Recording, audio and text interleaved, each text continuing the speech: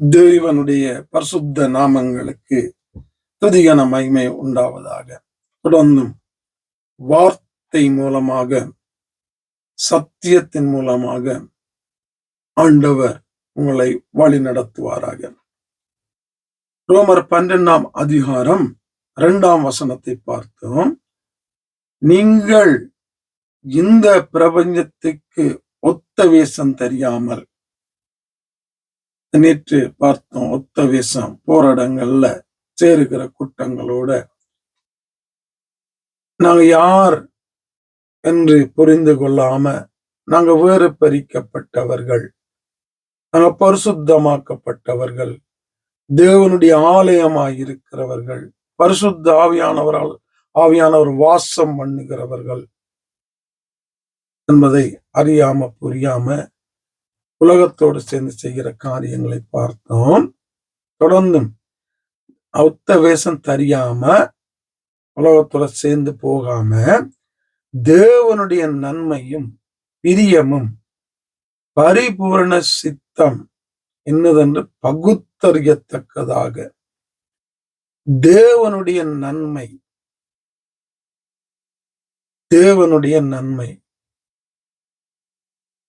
தேவன் எதை செய்தால் அது தேவனுக்கு பிரியமாயிருக்கும்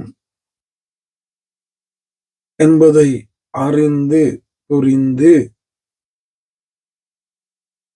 நன்மையும் பிரியமும் அவருக்கு எது செய்தா அவருக்கு அது சந்தோஷமாயிருக்கும், அதன் மூலமாக ஜனங்களுக்கு நன்மையை கொண்டு வரும், தேவனுடைய நன்மையை கொண்டு வரும், எது தேவனுக்கு பிரியமாயிருக்கும்,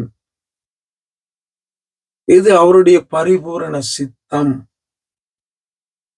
என்று அறிந்து பகுத்தறியத்தக்கதாக உங்கள் மனம் புதிதாக மறுரூபமாகுங்க. தேவனுடைய நன்மை, பிரியம், பரிபூர்ண சித்தம் இதை பகுத்தறியத்தக்கதாக மனம் புதிதாக வேண்டும், அதன் மூலமாக மறுரூபமாகுங்க. இதுகளை அறிகிற, தேடுகிறதுனால, புரிந்து கொள்ளுகிறதுனால, செய்கிறதுனால இது தேவனுடைய நன்மை, அவருக்கு பிரியமானது, அவருடைய பரிபூர்ண சித்தம். இதை அறிஞ்சு பகுத்தறிஞ்சு வேதத்தின்படி இதப்படி விளங்கி கொள்ளலாமண்டா, வேதத்துக்கு ஒரு மனுஷன் தன்னை விட்டு கொடுத்து வேதத்தை முன்பதாக வைத்து அதை தேடி தியானிக்கும் போது இந்த தேவனுடைய நன்மை என்ன, பிரியம் என்ன, பரிபூர்ண சித்தம் என்ன என்பதை அறிந்து பகுத்தறியத்தக்கதாக அதை அறிவோம். இதன் மூலமாக, வேதத்தின் மூலமாக. அப்ப இந்த வேதமே குறைஞ்சு போச்சு, சத்தியமே குறைஞ்சு போச்சு. அப்ப எங்க இதுகளை எல்லாம் நாங்க அறிகிறது? இதுல ஆண்டவர் தனிப்பட்ட ஒரு மனிதனுடைய ஒரு வாழ்க்கையை குறித்து பேசிக்கொண்டிருக்கிறார்.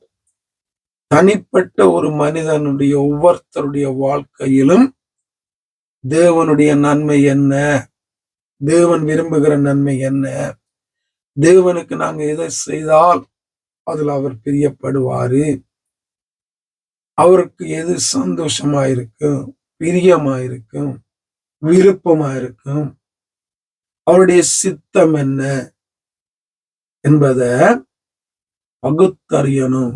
வேதத்தை கொண்டு தனிப்பட்ட ஒவ்வொரு மனிதரும். எங்கட பிரசங்கியங்களை அப்படி நடத்தல, எங்கட ஊழியக்காரங்களை அப்படி நடத்தல, எங்களுக்கு அவர் சொல்லித்தரன்னு ஒருத்தனும் சாட்டு போக்கு சொல்லக்கூடாது. இது தனிப்பட்ட ஒவ்வொரு மனிதனோடும் ஆண்டவர் பேசுகிறார், ஆண்டவர் சொல்லுகிற காரியம். அப்படி பகுத்தறிஞ்சு உங்கள் மனம் புதிதாகும். எதால புதிதாகும்? தேவனுடைய நன்மை, பிரியம், சித்தம் என்று பகுத்தறியும் போது, அதை விளங்கி கொள்ளும் போது, அதை புரிந்து கொள்ளும் போது, அதை புரிந்து கொண்டு அதன்படி வாழும் போது உங்களுடைய மனம் என்ன செய்யும்? புதிதாகி மறுரூபமாகி தேவனுடைய நித்தியத்துல போய் சேரத்தக்கதாக மாறும். ஆத்துமா மாறும். மனம் என்கிறது ஆத்துமா. மறுரூபம். எப்படி நாங்க மறுரூபமாக முடியும்? இந்த நாட்கள்ல எப்படி அங்க மறுரூபமாகி அவருடைய சமூகத்துல நிற்க முடியும்? எப்படிப்பட்ட ஒரு வாழ்க்கை எங்களை மறுரூபம் மாற்ற முடியும் என்பதை இங்கே பவுல் தெளிவாக இந்த ரோமர் 12:2-3 செய்கிறார். அவருடைய நன்மை என்ன, அவருடைய பிரியம் என்ன, அவருடைய சித்தம் என்ன, இத வேதத்தின் மூலம் அறிந்து பகுத்தறிந்து, உலகத்துக்கு ஒத்த வேஷம் தெரியாம பகுத்தறிஞ்சு நீங்க தினமும் புதிதாகிறதுனால, இது பரிசுத்தமாகிறதுனால, ஆண்டவருக்கு ஏற்ற ஒரு வாழ்க்கை வாழுகிறதுனால நீங்க மறுரூபமாய் கொண்டிருக்கிறீங்க. இப்ப வேதமே இல்லை, அதுக்கு நேரமே இல்லை, அதை தேடுகிறதும் இல்லை, தியானிக்கிறதும் இல்லை. எப்படி அவற்றை நன்மையை புரிஞ்சு கொள்றது? எப்படி அவருக்கு பிரியமானதை புரிஞ்சு கொள்றது? எப்படி அவருடைய சித்தத்தை நாங்க புரிஞ்சு கொண்டு பகுத்தறிகிறது? பகுத்தறிந்து எப்படி புதிதாகிறது? எப்படி மர்வமாகிறது? வேதமே இல்லாட்டா, வேதத்துக்கு நேரம் கொடுக்காட்டா, முக்கியத்துவம் கொடுக்காட்டா, அவ எல்லாத்துக்கும் வேதம் வேணும். தேவனுடைய வார்த்தை வேணும். யோவான் 1:1 வார்த்தை தான் தேவன், வார்த்தை தான் இயேசு, இயேசு தான் வார்த்தை. வார்த்தை இல்லாட்டி இயேசு இல்லை, இயேசு இல்லாட்டி வார்த்தை. இதை நல்லா புரிஞ்சு கொள்ளணும். ஆகவே சத்தியத்துக்கு நேராக பரிசுத்த ஆவியானவர் தொடர்ந்து உங்களை வழி நடத்துவாராக. ஆமென்.